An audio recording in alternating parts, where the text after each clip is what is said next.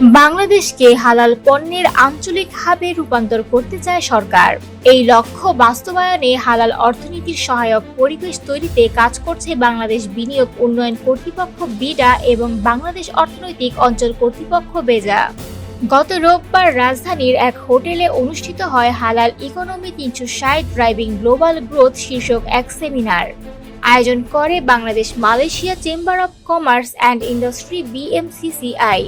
সেমিনারে প্রধান অতিথির বক্তব্যে বিডা ও বেজার নির্বাহী চেয়ারম্যান চৌধুরী আশিক মাহমুদ বিন হারুন বলেন, বিশ্বজুড়ে যে হালাল পণ্যের বাজার তৈরি হয়েছে তার বেশিরভাগই নিয়ন্ত্রণ করছে অমুসলিম দেশগুলো।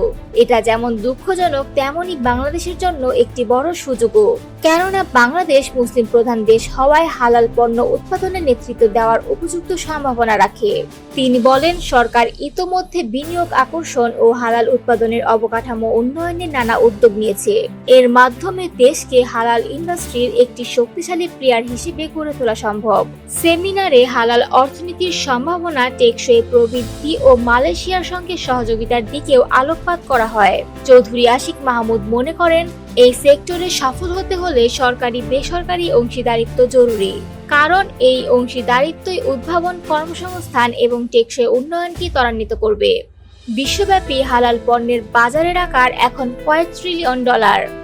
সেই বাজারে বাংলাদেশের অংশগ্রহণ বাড়াতে হলে প্রয়োজন সঠিক নীতিমালা, আধুনিক প্রযুক্তি, দক্ষ জনবল ও বৈশ্বিক মানসম্পন্ন উৎপাদন।